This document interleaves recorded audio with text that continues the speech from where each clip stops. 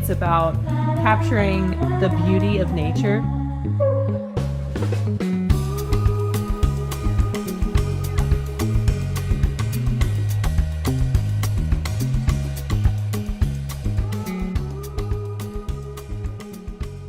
I'm here at Earthship headquarters with Emerson. I love your shirt. Can you maybe show that Earthship been harvesting rainbows since 1969? That's what I think is really cool about Michael Reynolds and the Earthship biotextures, how long they've been doing it. Tell us about the harvesting of the rainbows. Obviously, we're not like capturing rainbows for energy consumption or anything. Some people think that. I thought that was funny. Somebody's like, are you actually capturing them? I was like, how do you do that? No, I think everyone has their own interpretations of it for sure. But my interpretation of it is that it's about capturing the beauty of nature and capturing the specific parts of nature as well. So incorporating greenhouses into the buildings and having that plant life around you can provide all sorts of different colors into life, like the ways that flowers bloom in different ways, capturing nature in other ways, like how the stained glass looks for the bottle walls. That's one of my favorites. That definitely feels like a rainbow. Let's talk about just the name Earthship for a little bit. You know, when I first thought I thought it was like spaceship or whatever, but it turns out it's more like a ship on the sea, right? Because you're self-contained and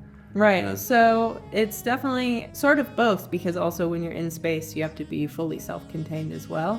But it can be any sort of, if you like to say, vessel. You're just trying to provide everything that you need. We produce our own power, we collect our own water.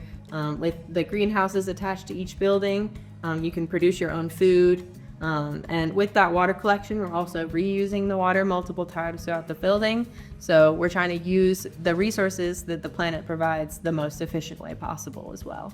yeah, what I like about is they're usually off-grids, or at least the capability to be off-grid when you have batteries like we have back here, and solar power, you collect your water. So yeah, tell us about how, you know, it meets all these basic needs. Here in the Greater World community, it's over 111 homes total, 150 full-time residents here. Each one of these properties, each one of these vessels is 100% off-grid. You're not even allowed to sell back to the grid here. You have to be completely separated from them. That way, we're just like separating ourselves from the infrastructure of society as well. All the roads are privately maintained, but really, yes. So with that off-grid aspect, you have 6 basic principles. The first being wanting to build with natural and recycled materials. So tires, cans, bottles, cardboard. Or dirt. Yes, You packed a lot of adobe, tires, I'm yeah. sure, right? Yeah, the dirt is a big part. We're building earthen homes, right? That's something that humans have been building houses out of for thousands of years. I think that's really cool. We're sort of not exactly moving back that way, but taking principles that we've been using for years. That's another thing too. Mike came up with the idea of incorporating it all into one building, but he didn't produce solar power. He didn't create the idea of water collection. He just created the idea of putting it all into one building together, and it all sort of working together just as an ecosystem works together as well. Yeah. And building, you know, well, like tires too, right? He takes used tires where they will give it to them for free, right? Because otherwise they have to pay for disposal fees. Yeah, absolutely. Go to your local tire shops if you're trying to build an Earthship. They'll happily take your tires because they have to pay to drop them off at the landfill. That's another thing too. Each one of these houses is considered its own landfill because of the tires, and I think that's really interesting, the way we have to sort of work with and work around the system to make these houses work in society as we see it now. Yeah, I think, you know, Michael's been a visionary, of course. Absolutely. You know, starting this in '69, you Right. know. And, Yeah. do you know much about the early days, how long it took him to perfect, or is the design still evolving to this day? Or So yeah, we're still building newer, better models, always trying to come up with the most economical, most efficient way to build an Earthship. But there's tons of models over the years. I would definitely say he started with the idea back in '69, but back then in the 70s, it was really just building with trash. One of the first houses that was built is called the beer can house or thumb house because it looks like a thumbs up. It's over on Blueberry Hill Road here in Taos. Started in 72. And he actually like patented the beer can brick technology for that. I thought that was interesting, that there's a patent on that. But that was one of the first quote unquote buildings made of trash that he did. But it's considered, sort of like, it's an honorary airship, but it doesn't do any like water collection, or I think we might have retrofitted it to do power collection now. But back in the day, that was not the purpose. It was really just building the trash. And then the first Earthship that includes like the power and the water consumption principles and the greenhouse is closer to like 1988 was the first Earthship. That's called the Hobbit House. And photovoltaics weren't practical back then. They were so expensive to generate your own power. Right, and that's, yeah, we're sort of always evolving because society is coming closer to green energy and coming closer to moving in those directions. So solar panels have gotten incredibly efficient and incredibly cost effective in recent years. Battery banks, we're making headway in sort of efficiency ways, but there's still a long way to go, I think, in battery storage and like power storage. Like these buildings are considered incredibly low power. We're only producing about 1.5 kilowatt hours a day. That's not even enough to run your normal like HVAC unit, your regular AC or heater in your normal house. So these are considered like low power buildings, but even with that consideration, I've never had any sort of like worry about my power. Like I can plug my phone in, I can play video games until 2 a.m. at night, I actually just got a TV the other day. I was super excited about that. So, yeah, like I'm living a regular life, like it's like living in a regular apartment, but it's a lot cheaper and I don't have to like, it's really cool to know that, oh, it's raining. I know that I'll have, water for my plants later. I'll have water to take a shower later. And I know where that water's coming from, and producing your own power, it's just like it's really nice because you get to know where your power is coming from. A lot of people are so removed from where their power comes from, where their water comes from, even where their food comes from nowadays. It's just, we're so removed from the basic necessities of being a human that this really, you become much more sort of in tune with the environment around you, but also your own environment that you have created, your own house, right? Yeah, something I really liked about Earthships is how they're low energy, like you're saying, because it's like an earthen room with a south-facing window that brings in the solar in the winter especially, and then it's not as much in the summer. So, and then you're using the thermal mass. Is there... Can you talk to that very much? I can explain that a little bit. So yeah, basically, especially with the models here that we do in Taos, we do build buildings a little bit differently in like more tropical climates. Like our Puerto Rico build is going to look a lot different than the build that you would build here in Taos. But for living in like the lower 48, for sure, you could build like this model with the greenhouse on the front and be comfortable anywhere in the lower 48 for sure. I know that there's one in Alaska that's like this, but I know that they have like a little bit of additional heating. But back to the beginning, the greenhouse it's always south facing here in the northern hemisphere. So that way, as the sun crosses the sky from east to west, that sunlight comes into the building and it'll go all the way to the back wall in the winter. So like the entire building is being heated up by that sun. That heat will be trapped in the earthen walls. So those tires that make up the back wall of the building are pounded full of dirt. And so that acts as its own sort of like, you could almost think of it as like a heat battery bank, right? So it'll charge up during the day. And then at night when the sun goes down, that heat is released into the space. And you say nice and toasty all year round. It's nice about 70 degrees all year round. Yeah. No, it's very comfortable. And the project I built in Colorado, I think it's like 9,000 feet or even higher. But as soon as the sun hits in the winter, the place warms up right away. Yeah, there are many days here where, like, if you don't open, even on like a full sun day in the middle of winter, it could be like almost 30 degrees outside. And you'll still have to open your vents because your building is still getting so hot. Like you will get above 70 degrees on a 30-degree day. And that's, Wow, it's getting on. yeah, that's incredibly amazing to me. Like just that power, like being from Georgia, being from somewhere that's super hot and humid.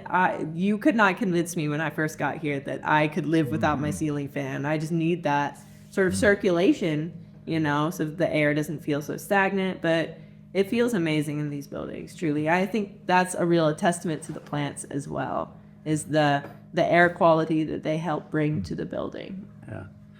You know, when I did my workshop, a 1-month workshop, what was really interesting to me is how we all came together as a group, our common goal of building the house. And I'm sure you've experienced that, and a reason you're still living here, I'm guessing. Right, absolutely. So yeah, I came and did an academy program back in October of 23 and met people from all over the world, people from Britain, people from India, you know, people from Tahiti. Like I've met hundreds of people just like everywhere who are interested in this concept. And I think that that's something that's really interesting too, is this like move towards wanting to be one with the planet, wanting to get back to being connected, you know, and those buildings provide that in a great way. But yeah, sort of meeting people and then becoming best friends with them in like less than a month, because yeah, you're like out there pounding tires together, and then you're coming home and like cooking lunch, and you get to do lots of different things. Like we do labs and things like that. So you get to like hand build our water filtration system as part of one of the classes, and get to plan out like, okay, here's a set of blueprints. How would you lay out the first round of tires? Like, how would you build the foundation of this building? So even if, you know, like while we're working on, there's always projects being built here in the neighborhood. There's always a construction site to work on here. But like right now, our buildings are very close to being done. We're almost getting our certificate of occupancy on some of them, which is super exciting. But if we're to that point, we're like at finishes during an academy, we still want to give you that ability to learn how to pound tires, how to lay out a foundation, right? Even though we're not doing that on a building right now. So I think that's really interesting too. The field studies, you know, those are really cool. You get to go off. Normally, they're not here in Taos. They're normally like a build somewhere else, like yours was in Golden, Colorado.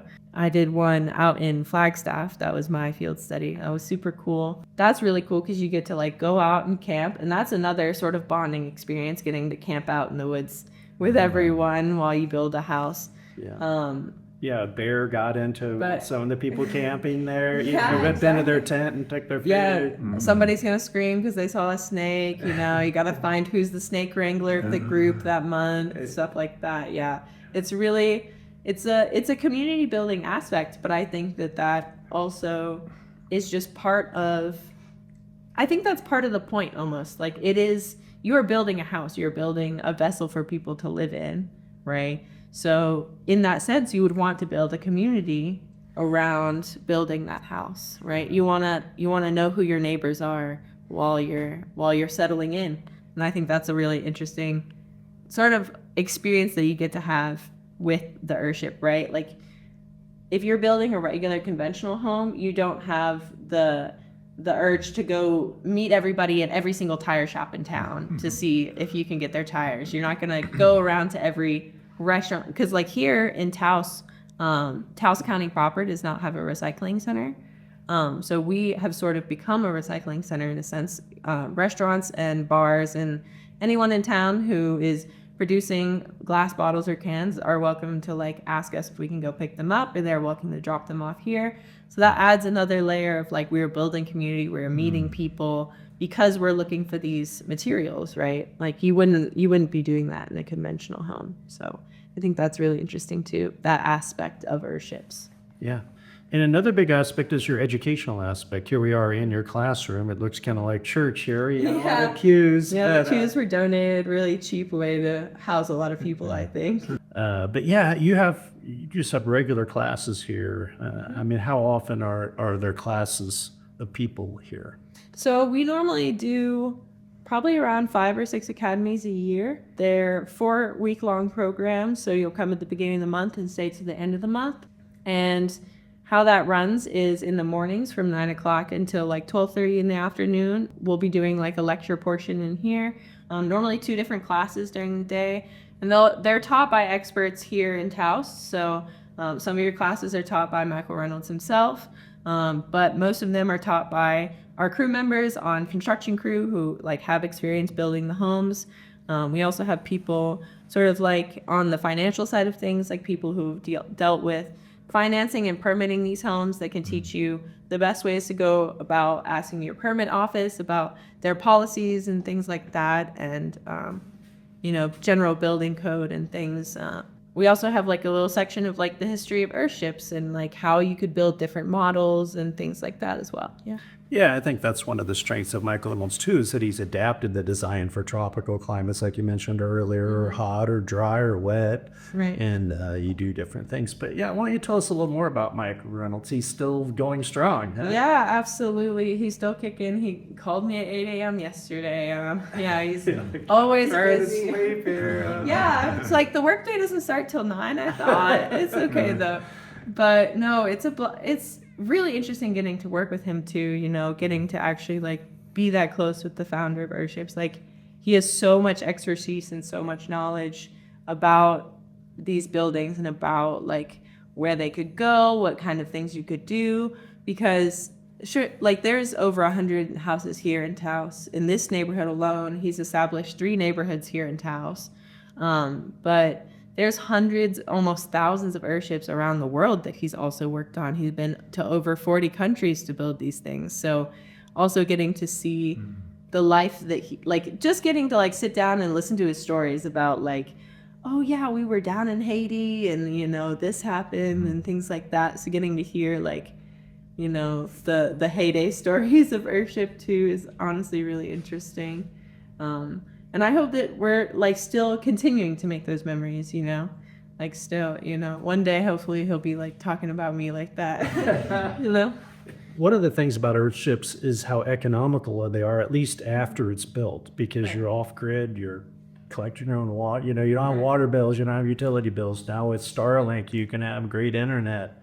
So one of the challenges though is the initial, the build cost, which is a problem for any house, right? So what can you tell us about the economics that separates an Earthship from other homes? So we say, depending on the model you want to build, we have models ranging anywhere from $175 a square foot to up to $400 a square foot for sort of our like uber luxury model, if you want to go that way. But we would say that like a average 2-bed, 2-bath model, our refuge model Earthship that we're producing right now, is our most economical model. It's about, for a 2-bed, 2-bath, around 1,500 square feet for that building. It's going to be starting around $400,000, which sounds like a sort of big price tag to me. I also didn't know a lot about the housing market before I came here, like what housing actually costs, But around here in Taos, your average conventional home is going to be built for around $250,000 to $300,000 for that same 2-bed, 2-bath. So there is that initial extra cost, right? That $100K. But what you're really paying for with the sort of big price tag at the beginning with an Earthship is, like you said, all of your systems are paid for in advance. Your power system is already set up. Your water system's already set up. So you're actually already collecting power and collecting water before your building's even able to be lived in. So we're already collecting power and water to actually build your house when we're building it. So I think that's a cool aspect of it, is we're probably like in a way saving money it's still saving the planet in a way too, because we're not having to run generators to run the concrete mixers and stuff like that, or the Adobe mixers for us. So I think that's cool. Like we're producing power even before the building is established. But yeah. How do you do that? You put the solar panels somewhere near and it's collecting, and then eventually you put it on the house, or maybe not on the house. So you can set them up separately, like just an array out in the yard while you're building the house. But that's what we normally do right at the beginning. Like for tire pounding, you don't really need any power on the job site. We normally start putting up the solar panels when we get in between. So sort of you've built your tire wall, but you're putting up the carpentry, and you need to start charging batteries, drills, and saws and stuff like that. And then you're starting to get into like adobe mixing, concrete mixing, that sort of thing. So that's when we set up the solar panels. And then we're building the shell of the building first. So tires go up, the greenhouse carpentry, and the roof goes on top. And then as soon as that's sort of built, we're trying to put those solar panels on the roof. So that way, yeah, you really have a building that's producing power and collecting water already. Because once you have that roof on, your cisterns are already set up in your berm because you're building that berm up with the tire wall. Yeah. So yeah, I think that's really interesting. Like you can collect water. Like there's a woman, Deborah, who's building her Earthship. She's on year 2 of her build, but her cisterns were overflowing 6 months into the builds because, you know, she built right before monsoon season, which I thought was really smart of her. You know, save on that water. As soon as you're collecting water and you're starting to use your water in your house, like taking showers and stuff, then that water is going into the greenhouse. So that's already feeding the plants. As soon as you take a shower, you know, you've moved in and the plants can start growing. And then the plants too. So we have some people, I like to call them hardcore Earthshippers. They've gotten their grocery bill down 80-90%. They've actually started dabbling in different types of livestock production. So they had chickens this year, but they want to get like goats and ducks in the future, and building Earthship sheds for them as well. I think that's cool that they're going to live in Earthships. We have all different types here in the neighborhood. So even though we have people who are all about wanting to be 100% farmers and producing all their own produce, so that way, you know, they are being as self-sufficient as possible, we are still close enough to society, and still, you know, society still exists. So it's a microcosm of society here. We have like hardcore Earthshippers, we have retired folks, we have yoga instructors, dentists, doctors, we have some Silicon Valley tech types. So those people, you know, like the Silicon Valley guy, I know for sure, like he doesn't have a lot of food production plants in his house because he's just not about the farming lifestyle, right? So he just goes and buys groceries because he can still do that, you know. But he's still like growing things in his house. You know, the greenhouse is still functioning. It's still recycling the gray water for him to use. You can definitely like live the Earthship lifestyle, but still live it in multiple different ways. You know, like it's not one explicit hippy dippy lifestyle that you have to live. Like there's rules and regulations to it or something, you know, which I think is really cool. Earthships are known for being low carbon footprint, right? And being ecologically friendly. Can you tell us more about that? Yeah, absolutely. So because these buildings are produced with recycled materials, a lot of that sort of carbon footprint is taken away because we're using materials that have already been produced and used for their original purpose. So then any purpose that we get out of them after that is sort of a bonus, right? So the tires that we use are going to be end-of-life tires, normally the ones you would take to the landfill, ones you're taking off your car. So they've been on the road probably 50, 60,000 miles. Everyone asks about the off-gassing of the tires. Tires do 90% of their off-gassing before in their first 10,000 miles. So by using end-of-life tires, there's little to no chance of off-gassing. And then once they're encased in the wall, the adobe protects it from the elements, so that way there's no chance of it off-gassing or deteriorating further. So that's really cool too, like getting to use materials that most people think is junk, like trash. Like people would walk by and try and clean up this job site, you know, and throw it in the landfill. But I'm like, that's usable material. I think that's something about Earthships. The way you think about things shifts, you know, like my favorite story to tell about myself is like, I am a big juice lover. I love juice. You know, I'm drinking apple juice, orange juice, grape juice, all the types of juice. And I used to buy those plastic jugs all the time because it's just the cheapest way to get juice, right? But then I found they have these little like frozen juice containers, concentrates that come in cardboard and metal. So you can like break it down into usable materials for your Earthship, or they sell jars of juice in glass. So you can like drink that juice and then build a wall out of it. I think that's really cool. You know, you start thinking differently about everything around you. Everything becomes a useful material all of a sudden, you know? Turning trash into treasure. Yeah, absolutely, trash and a treasure. That's what these buildings are about. Yeah. Do you guys ever have retreats or, conferences here besides your educational?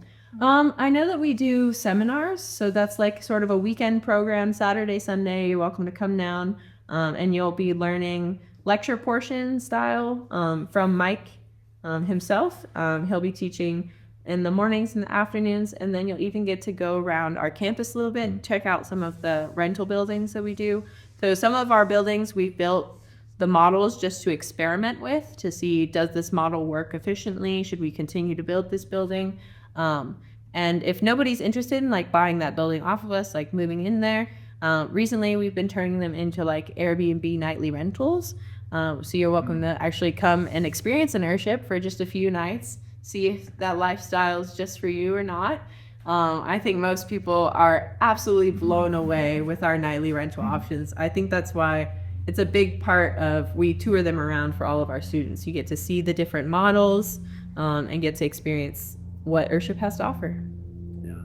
Well, thanks, Emerson, for your time. Absolutely. That's a good little overview of Earthships. Yeah. And of course, you can find out a lot more at earthship.com. Earthship.com. Yeah, that's where we're located these days. Yeah, and the workshops, they're total hands-on, and again, you get to meet a lot of people, and you might move there eventually. Yeah, absolutely. I mean, definitely an option to come be part of the community. I would say that it's sort of half and half, like the amount of people who want to like come and be a part of Earthship and like stay here and be a part of Earthship.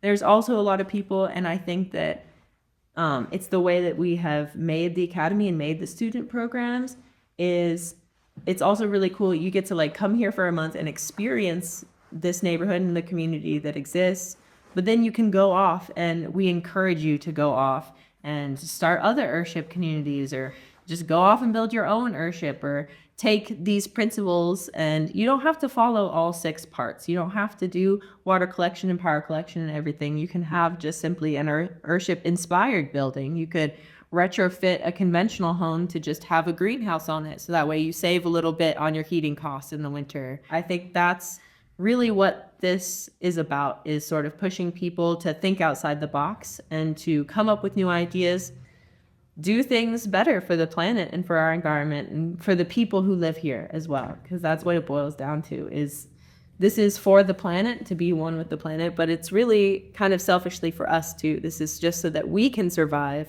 in this world, in this society. Thank you guys for tuning in, and I hope you learned a little bit more about Earthships and are interested to learn more. If you are, please visit our website at earthship.com, and please come to one of our programs. That would be dope. Or just spend a night in an Earthship.